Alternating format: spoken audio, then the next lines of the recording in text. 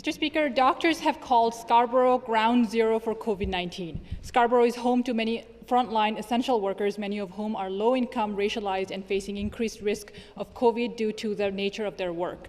Constituents are writing to us every day worried about the government's slow and confusing vaccine rollout, despite the fact that doctors have the ability in Scarborough to administer thousands of vaccines per day, but due to the lack of supplies, they are not able to.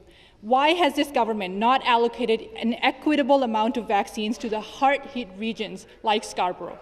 Thank you, Speaker. Well, thank you very much, Speaker. And as the member opposite knows very well, there have been limitations in the supplies of both the Pfizer and Moderna vaccines over the last several weeks that have, in fact, slowed down somewhat our vaccination efforts. But we're ready to go as soon as we receive them. We're ready to go in terms of mass vaccination clinics that local healthcare practitioners can have in their offices, in pharmacies, in every possible way forward. But we need that supply of vaccines.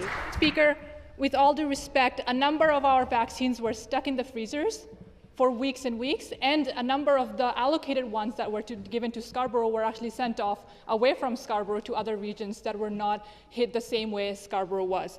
Scarborough has experienced record-high positivity rates throughout this crisis. Recently, almost half of the province's ICU cases were in our community.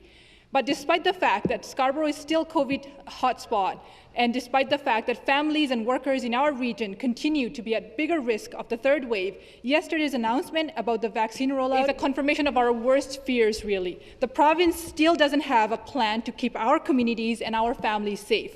Mr. Speaker, my question to the Premier is, will the Premier commit to an equitable vaccination strategy that takes into account hard-hit communities and regions like ours in Scarborough? Thank you, Speaker.